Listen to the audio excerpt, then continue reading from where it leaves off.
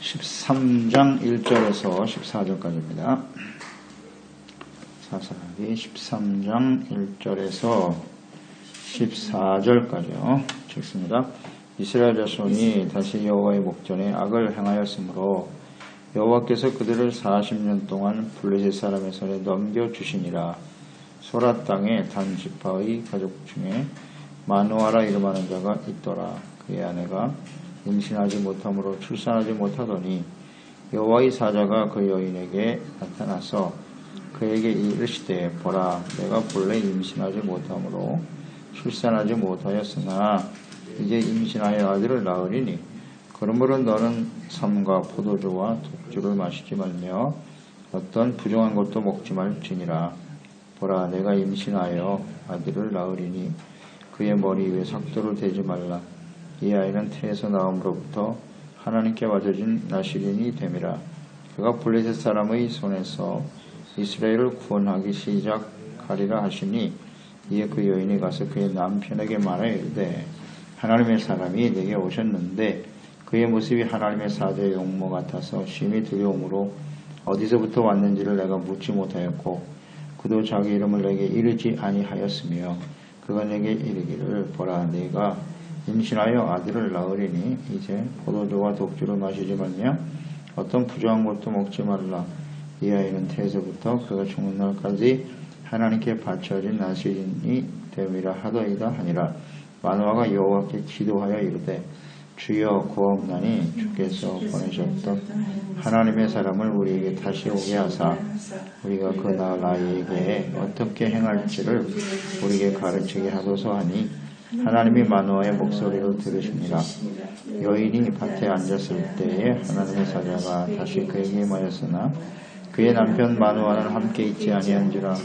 여인이 급히 달려가서 그의 남편에게 알리되 이르되 보소서, 전일에 내게 오셨던 그 사람이 내게 나타났나이다 하매 마누아가 일어나 아내를 따라가서 그 사람에게 이르러 그에게 묻되 당신이 여인에게 말씀하신 그 사람이니까 하니 이르되 내가 그러다 하니라.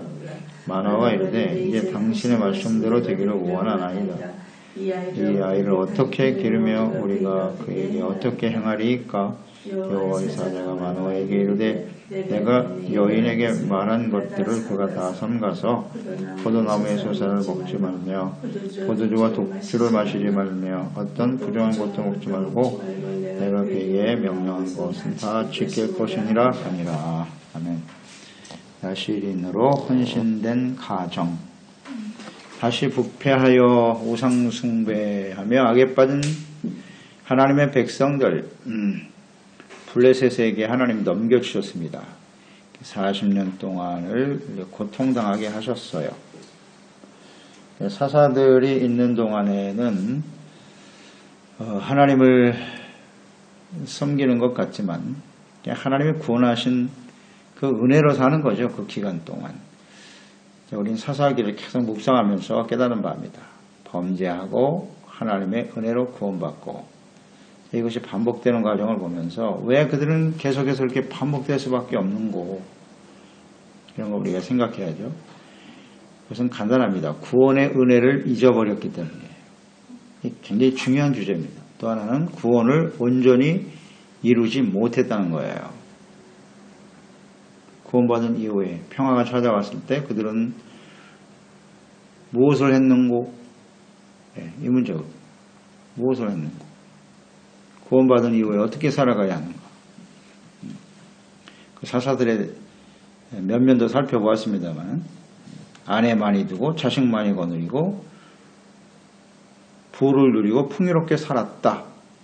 그게 전부야. 그 결과는 무엇이뇨? 또다시 타락으로 이어지는 겁니다. 근데 그 타락하는 사람들이 누구냐?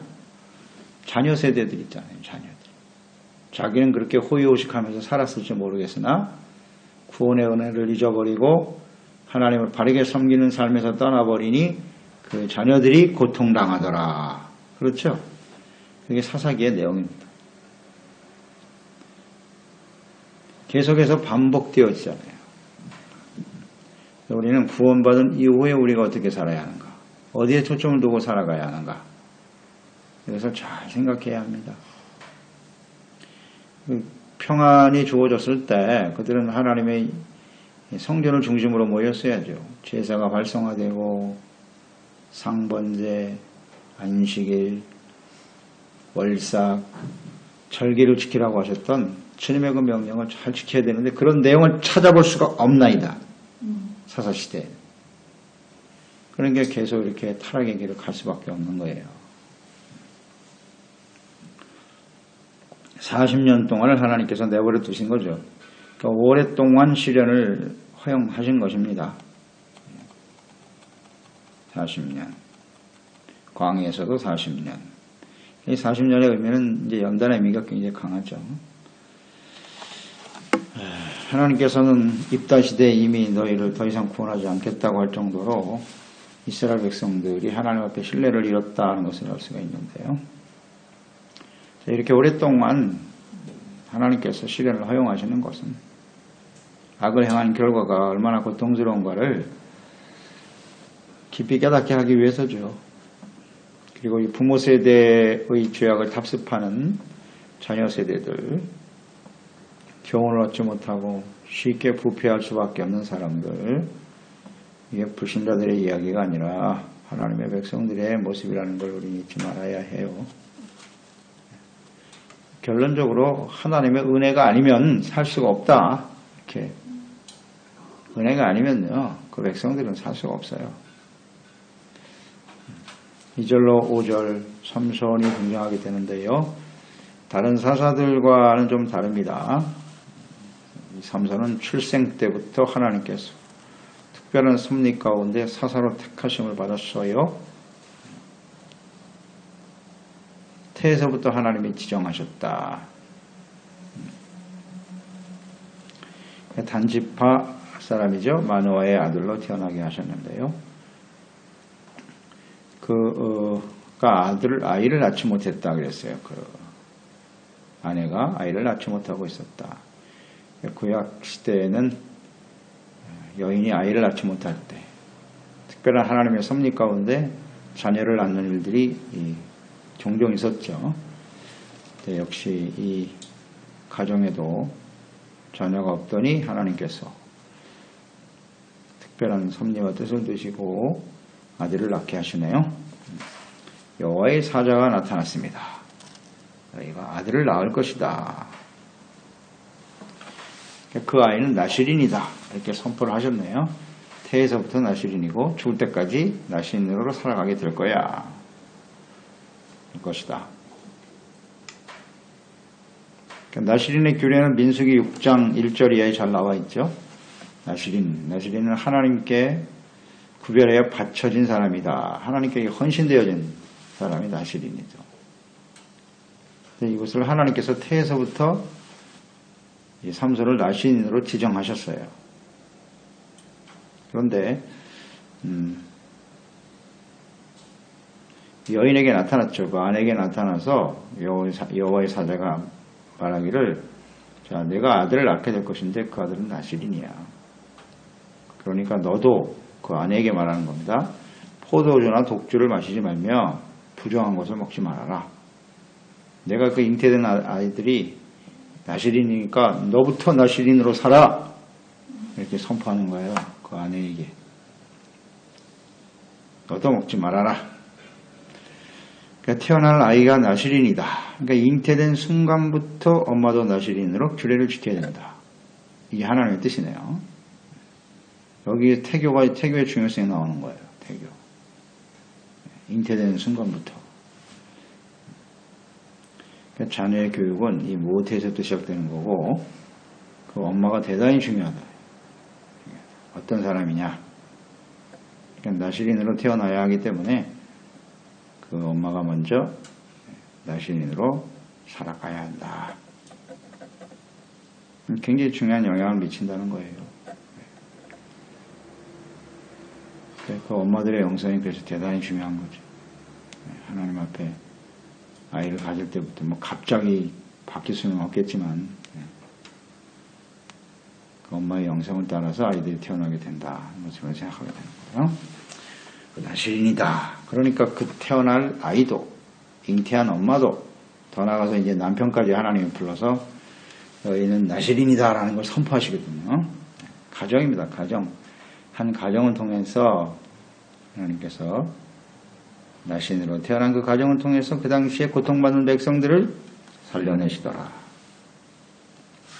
나시린은 포도주나 독주를 가까이 해서는 안 되고요. 포도열매를 먹지 말라 그랬어요. 또 머리카락을 잘라서는 안 된다 그랬고 부정한 것을 먹거나 가까이 해서는 안 된다. 이렇게 규례가 나와 있죠. 그러면 이 아이를 왜 나시린으로 태어나게 하실고 그 뜻이 잘 나타나 있죠.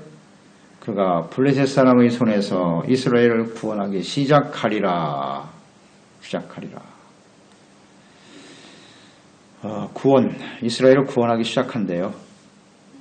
그 아이가 나시린으로 태어날 아이가 이스라엘을 구원할 것이다. 그러니까 이스라엘은 지금 40년 동안 블레셋에 의해서 심한 고통을 당하고 있단 말이죠. 소망이 없어요. 고통 중에 압박당함이 있으니까. 이런 상황에서도 하나님 앞에 부르짖어 기도하지 못한 백성들, 하나님께서 나시린으로 잉태된 그 아들을 통해서 이스라엘을 구원하실 것이다. 이렇게 선포하셨네요. 그러니까 이것은 한 가정의 문제인 거예요. 나시린으로 잘 태어나서 전제가 뭐냐면 나시린이에요. 나시린으로 잘 태어나서 나시린으로 잘 자라고 살아야 그를 통해서 하나님이 구원하시겠다는 거죠. 네, 그러니까 그 엄마부터도 정신을 똑바로 차리고 이스라엘을 구원해야 될 아이가 태어나야 되니까. 구원에 대한 절박함이 있었을 거란 말이에요. 많은 시간 고통당하고 있었으니까. 그런데 어떻게 해야 이스라엘을 구원하겠는가? 나시린. 그러니까 하나님의 백성들, 당시에 고통당하는 백성들이 왜 그렇게 죄악 가운데 악을 행하며 살아갈 수밖에 없었는가? 그들이 하나님의 구원에 이룰 수 있도록 하기 위해서는 어떻게 해야 하는가? 이것을 한 가정을 통해서 하나님이 잘 보여주시는 거예요. 나시린과 같이 하나님께 바쳐지고 헌신된 사람들을 통해서 구원하실 것이다. 또 이 과정을 보면 잉태되고 나시린으로 태어나는 과정을 보면 이스라엘을 구원하시려고 하는 하나님의 뜻이 잘 나타나 있는데요. 이것은 세례 요한도 이런 모습으로 태어났고요. 예수님도 이런 식으로 잉태되어 태어나셨죠. 그게 구원으로 연결되죠. 구원으로 연결됩니다. 이게 하나님의 뜻이 같구나 하는 생각을 하게 되네요. 그러니까 우리가 정말 이 시대에 우리 자녀 세대들을 통해서 하나님의 그 구원의 역사가 계속 이어지기를 원한다면 가정부터가 바르게 서야 되고요. 우리 자녀들이 나시린으로서 하나님께 헌신되어져야 한다고 하는 그런 간절한 마음으로 잉태되는 순간부터 우리 부모들이 기도하고 헌신된 사람들이 되어야 하지 않겠어요? 그런 가정을 하나님이 사용하실 터이니 오늘날의 문제는 가정이 무너지고 있잖아요. 가정이 무너지고 거기서 바르게 주님을 섬기지 못하니 자녀들 역시 부패하게 되고 이 고통은 계속되는 거예요. 계속되는. 그래서 이 나시린으로서 헌신되어져야 한다는 것을 강조하신 거예요. 강조하신 거예요. 그럴 때 그 가정이 나시린으로 바르게 낳고 키우고 교육하고 이끌어져 갈 때 구원하기 시작할 것이다. 자, 이런 말씀을 이제 아내가 받았고 그때 남편이 없었죠. 그래서 이제 8절에 남편이 나옵니다. 남편에 가서 그런 이야기를 다 합니다. 아내가 이런 계시를 받았습니다. 그래. 그래서 마누아가 기도하는 장면을 보세요. 8절에. 이런 사람 찾아보기도 쉽지 않아요. 당시에는 8절에 마누아가 여호와께 기도하여. 참 오래간만에 보는 말입니다. 하나님께 기도하는 사람도 없어. 그때는. 하나님께 기도하여 이르되 무슨 기도를 했습니까? 주께서 보내셨던 하나님의 사람을 우리에게 다시 오게 하십시오. 우리가 그 낳을 아이에게 어떻게 행할 것을 우리에게 가르치게 하소서 하니. 마누아가 기도하는 사람이었다는 거예요. 하나님이 이런 가정을 사용하시는구나. 마누아와 그의 아내를 하나님이 주목하시고 그에게 나타나신 이유가 있겠죠. 물론 은혜고요. 하나님의 택하심과 부르심은 은혜인데 기도하는 사람인데 그 기도 내용을 보면요. 우리에게 다시 오게 하사 우리가 낳을 아이에게 어떻게 행할지를 우리에게 가르쳐 주세요. 이게 기도입니다. 그러니까 하나님의 뜻을 확인하고 싶다는 거예요. 정말 우리 아내에게 하신 그 말씀들이 하나님의 뜻이 맞습니까? 하나님의 뜻을 구하는 것이고 또 하나는 그것이 하나님의 뜻이라면 우리가 어떻게 순종해야 할까요? 이 아이를 어떻게 가르쳐야 할까요? 이 기도의 핵심이잖아요. 그러니까 우리의 기도는 이런 기도가 돼야 되는 거예요. 이런 기도. 자식이 없으니까 자식을 주시옵소서 이런 게 아니고요. 내 기도 내용이 틀리잖아요. 진정 나신인으로 태어나게 하시는 것이 하나님의 뜻이라면 우리가 어떻게 해야 할까요? 기도는 여기에 맞춰야 돼요. 하나님의 뜻을 물어야 하고 그 다음에 어떻게 순종할 것인가. 내 뜻대로 되게 해달라는 게 기도가 아니고요. 하나님의 뜻대로 내가 어떻게 그것을 순종하며 살아갈까요? 100점. 짧지만요. 이 만호의 기도는 100점짜리 기도입니다. 그러니까 바로 9절에 어떻게 됐어요? 하나님이 만호의 목소리를 들으시니라. 바로 응답하시잖아요. 하나님은 이런 기도를 들으시는 거예요. 우리 기도를 한번 잘 정리해 보십시오. 하나님의 뜻을 구하고 어떻게 행하는 일에 초점을 맞추고 있는가? 어떻게 순종할까요? 이렇게.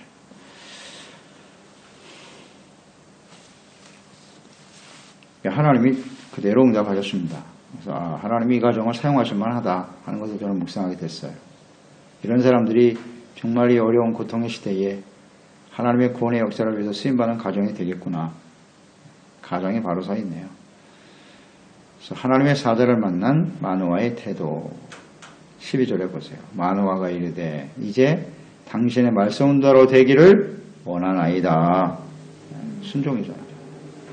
주님 말씀대로 되게 해주세요. 이 아이를 어떻게 기르며 우리가 어떻게 행하리까? 계속 여기에 초점을 맞추고 있어요. 말씀대로 되게 해주세요. 예수님의 잉태고지를 받았던 마리아의 고백과 같죠? 그렇게 되기를 원합니다. 쉬운 결정이 아니죠. 모든 사람이 우상 섬기고 있는 부패하고 어두운 시대라고요. 그때 나시인으로 아이를 잉태하고 태어나게 하셔서 그 아이를 평생 나시인으로 키워야 하는 부모. 쉬운 일 아닙니다. 쉬운 일 아니에요. 근데 그것을 온전히 순종하겠다는 거예요. 결단하죠. 이런 믿음의 순종을 통해서 이제 하나님께서 그 가정을 사용하셔서 구원의 역사를 이루어 가시더라. 이것을 우리는 생각하게 돼요. 그러니까 정말 어두운 시대에 하나님께 택함받은 가정이죠. 그러니까 아이뿐만 아니라 그 엄마도 또 가장도 똑같이 하나님께 순종했죠. 그래서 저는 나시린으로 헌신된 가정이다. 그러니까 아내도 잘 그 나시린의 규정을 지켜야 되고 남편 역시 마찬가지. 아내와 그 아이가 나시린으로 바르게 성장할 수 있도록 해야 한다는 거죠. 그렇게 되기를 원합니다. 라고 고백하고 어떻게 행할까요? 라고 말씀했으니까 자기도 그렇게 살겠다는 거죠. 가장. 나시린으로 살아가는 가장. 나시린으로 살아가는 어머니. 나시린으로 잉태하여 태어나 살아가는 자녀들. 이 가정을 통해서 이스라엘을 구원하기 시작하니라. 아멘입니다. 아멘입니다. 오늘날 이 시대가 사사시대 분명하죠. 영적으로 어둡고 혼란하고 자기중심으로 사는 세대인데 또 끊임없이 고통하며 살아갈 수밖에 없는 세대인데요. 과연 우리의 가정이 이 시대에 살아가는 의미가 무엇일고 생각해 보세요. 그 가정의 기도, 그냥 자식들 잘 먹고 잘 살고 세상이 잘 되는 겁니까? 그게 전부 기도의 전문가요? 잘 생각해 봐야 돼요. 어떤 모습으로 우리가 가장으로 부모로서 자녀들에게 어떤 기대를 가지고 기도하며 나가야 될 것인가? 이런 걸 생각합니다. 정말 이 시대의 거룩한 나시린의 가정으로서 하나님께 바쳐진 헌신된 삶이죠. 이런 삶을 우리가 묵묵히 실천함으로써 하나님의 구원의 역사를 이어가는, 구원을 온전히 이루어가는 가정으로 쓰임받는 우리 모두가 되었으면 좋겠습니다. 하나님 아버지, 영적으로 어두운 시대에 하나님께서 한 가정을 택하시고 그 가정을 통해 하나님의 뜻을 이루고 계심을 보게 되네요. 영적으로 패역한 시대에. 그렇지만 나신으로 하나님께서 그 아이를 잉태하게 하시고 또 부모님들이 나신으로 살아갈 것을 헌신하고 결단함으로써 그 어두운 고통의 시대에 한 줄기 희망의 빛이 비춰지기 시작하네요. 그들이 나신으로 헌신된 가정이 되어질 때 하나님이 그들을 사용하셔서 이스라엘을 구원하기 시작하신다고 하셨습니다. 우리가 이 땅에 살아가는 정말 중요한 이유 중에 하나는 예수님이 우리를 이 땅에 보내신 것과 같죠. 많은 사람들을 구원하기 위함입니다. 우리가 어떻게 이 하나님의 구원의 역사에 쓰임받는 삶이 될까요? 비역하고 어두운 시대입니다. 죄악이 더욱더 관여해가는 시대입니다. 우리 삶이, 우리의 가정이, 우리 소중한 자녀들이 하나님께 온전히 바쳐져 헌신하여 쓰임받는 복된 삶이 될 수 있도록 은혜와 축복을 더해 주옵소서. 예수님의 이름으로 기도드리옵나이다. 아멘. 13장 1절에서 14절까지입니다. 사사기 13장 1절에서